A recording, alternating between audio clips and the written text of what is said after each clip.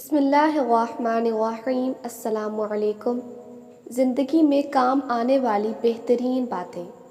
حضرت علی رضی اللہ تعالی عنہ فرماتے ہیں، جو شخص لمبی زندگی چاہتا ہے وہ صبح کو کھانا جلد کھائے اور شام کو دیر سے کھائے، اپنی چادر ہلکی رکھے اور عورتوں سے میل جول کم رکھے۔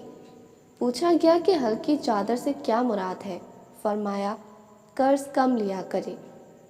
حضرت علی رضی اللہ تعالی عنہ کا مقولہ ہے کہ کھانے کی ابتدا اور انتہا نمکین چیز پر ہو تو اللہ تعالیٰ 70 قسم کے امراض سے حفاظت فرماتے ہیں۔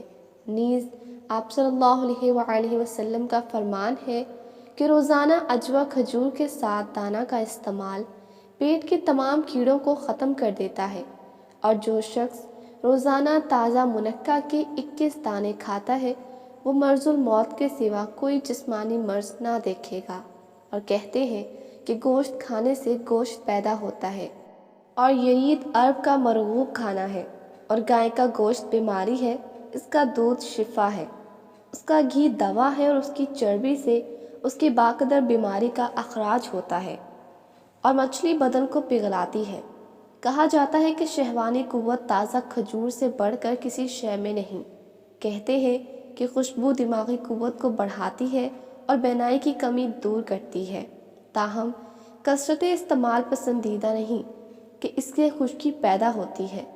البتہ کافور اور گلاب ایسے نہیں، اور کہتے ہیں کہ گلاب بڑھاپا لاتا ہے۔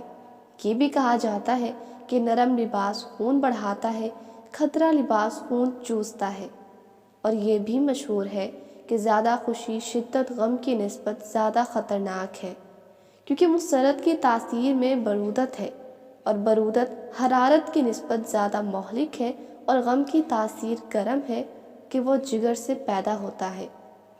کہتے ہیں کہ صبح کے کھانے کے بعد کچھ لیٹنا اور شام کے کھانے کے بعد کچھ چلنا پھرنا بہت زیادہ مفید ہے۔ مثل مشہور ہے کہ دوپہر کے کھانے کے بعد کچھ لیٹ جانا خوب ہوشیار کرتا ہے، اور رات کو کھانے کے بعد چہل قدمی کر لینے والا خوب سوتا ہے۔ حضرت ابن عباس رضی اللہ تعالی عنہ فرماتے ہیں کہ 5 چیزیں نسیان پیدا کرتی ہیں: کھٹا سیب کھانا، کھڑے پانی میں پیشاب کرنا، گدی میں پیچھے لگوانا، جوؤں کو مٹی میں ڈالنا، چوہے کا جوٹھا پینا۔ کہتے ہیں کہ قبروں پر لگی ہوئی تختیاں پڑھنا، دھنیا کھانا، کتار کے 2 اونٹوں کے درمیان چلنا اور 2 عورتوں کے درمیان چلنا بھی نسیان پیدا کرتا ہے۔ کہتے ہیں کہ سبزہ پر نگاہ لگانا، جاری پانی، حسین چہرہ اور والدین کا چہرہ دیکھنا، اور نماز میں سجدہ کی جگہ پر نظر لگانا، لیموں اور سرخ کبوتر کی طرف دیکھنا نظر کے لیے مفید ہے۔ کہتے ہیں کہ سردی میں آگ کی 5 خوبیاں ہیں: سردی کو ہٹاتی ہے، چہرے کو نکھارتی ہے، کھانا خوشگوار کرتی ہے، تھکاوٹ وغیرہ کو دور کرتی ہے، وحشت کو ان سے بدلتی ہے۔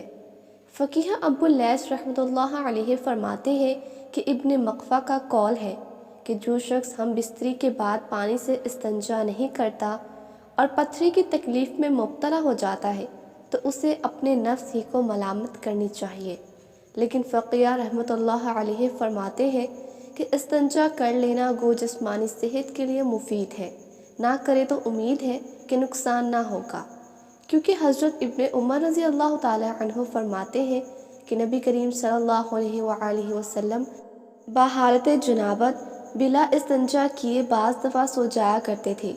ابن مقفع کا یہ بھی قول ہے کہ جس کو احتلام ہوا اور غسل کیے بغیر اس نے اپنی بیوی سے ہم بستری کی اور بچہ پاگل یا کم عقل پیدا ہوا تو اپنے نفس کو ہی ملامت کرے، اور کسی نادان کا یہ کہنا مناسب نہیں کہ مجھے کئی بار ایسا اتفاق ہوا ہے مگر کوئی مضرت نہیں دیکھی، اس لیے کہ چور اگر پہلی بار ہی پکڑا جائے تو چوری ہی ختم ہو جائے، اور پہلی بار ہی اگر کوئی بیماری میں مبتلا ہو جائے تو دنیا میں کوئی تندرست باقی نہ رہے۔ مشہور ہے کہ جمعہ کے فوراً بعد ٹھنڈے پانی سے نہانا نہیں چاہیے کہ اس سے بخار کا خطرہ ہے۔ مناسب ہے کہ فارغ ہونے کے بعد استنجا کر لے، اس لیے کہ اس میں جسمانی صحت اور عافیت ہے۔ کہتے ہیں گرمی اور خریف کے موسم میں جمع کی کثرت مصر ہے، مگر سردی اور ربیع کے موسم میں چندہ مزر نہیں۔ البتہ اعتدال میں عافیت و سلامتی ہے، خالی پیٹ جمع سے وہ مضرت نہیں ہوتی جو پرمادہ ہونے کی صورت میں ہے۔ کہتے ہیں کہ بھرے پیٹ جمع کرنے سے پیدا ہونے والی اولاد بھاری طبیعت اور ثقیل مزاج ہوتی ہے، اور خالی پیٹ جمع کرنے سے ہلکی پھلکی طبیعت چست چلاک یعنی ذہین اولاد پیدا ہوتی ہے۔ کہتے ہیں کہ جمع سے فارغ ہو کر سیدھے پاؤں کھڑے نہیں ہونا چاہیے، بلکہ دائیں کروٹ لیٹ جانا چاہیے کہ جسمانی صحت کے لیے مفید ہے، اور کہا جاتا ہے کہ ایسا کرنے سے انشاءاللہ بچہ پیدا ہوگا۔ جب تک عورت میں شہوت کے جذبات و کیفیت کو محسوس نہ کرے، جمع نہیں کرنا چاہیے کہ اس سے بدن کو راحت ملتی ہے اور بچہ پورے اعضاء والا ہوتا ہے۔ کہتے ہیں کہ انسان جس نفسانی خواہش کو بھی پورا کرتا ہے اس سے سنگ دلی پیدا ہوتی ہے، البتہ جمع سے دل صاف ہو جاتا ہے، اس لیے انبیاء علیہ السلام نے بھی اسے اختیار کیا ہے۔ اور جمع میں کچھ منافع ہیں تو کچھ مضرتیں بھی ہیں۔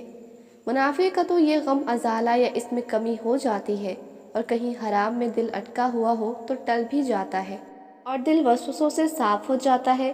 غیظ و غضب میں تسکین پیدا ہوتی ہے، طبیعت میں حرارت ہو تو کئی ایک بیماریوں سے فائدہ ہوتا ہے۔ اور جمع کی مضرتیں یہ ہیں کہ اس سے بدن میں عموماً اور بینائی میں خصوصاً ضعف پیدا ہوتا ہے، پنڈلیوں میں، سر میں، کمر میں درد ہونے لگتا ہے، خصوصاً جس کی طبیعت میں برودت اور خشکی ہو۔ ایسے شخص کو جمع میں کمی کرنا مفید ہوتا ہے۔ باوقت جماعت کلام کرنے سے بچنا چاہیے، کیونکہ اگر ایسے وقت استقرار حمل ہو جائے تو بچے کے گنگے ہونے کا خطرہ ہے۔ مشہور ہے کہ بوڑھی عورت سے جمع ضعف بدن کا سبب ہے اور جلد بڑھاپا پا لیتا ہے، اور مریضہ سے جمع کرنا بھی امراض پیدا کرتا ہے، مگر اس صورت میں کہ شہوت کا غلبہ ہو جائے۔ بعض اتباع غسل سے پہلے دوبارہ جمع کرنے یا سو جانے کو ناپسند کہتے ہیں، مگر ہمارے نزدیک ایسا کر لینے میں کوئی حرج نہیں ہے۔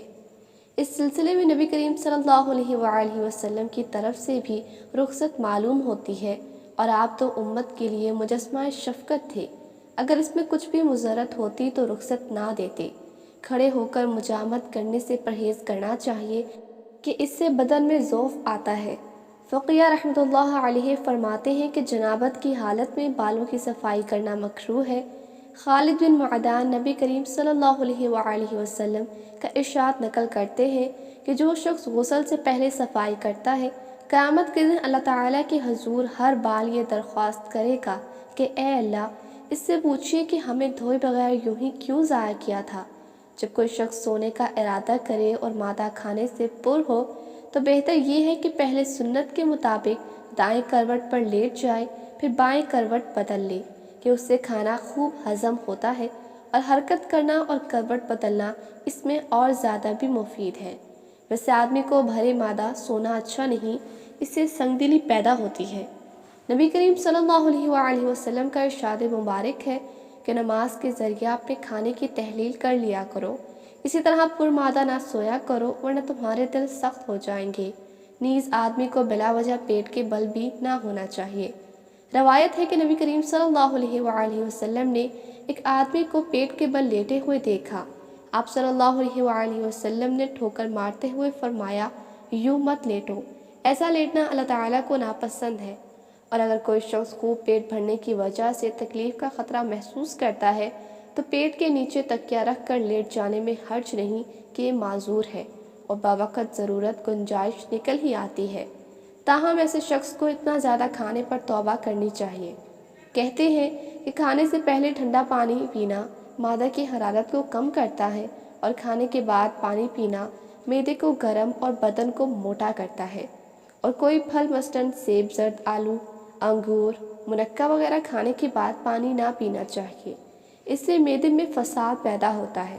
بہتر یہ ہے کہ جو کچھ بھی کھایا جائے اس کے 1-2 گھنٹہ بعد پانی پیا جائے، اس سے مضرت کا اندیشہ کم ہو جاتا ہے۔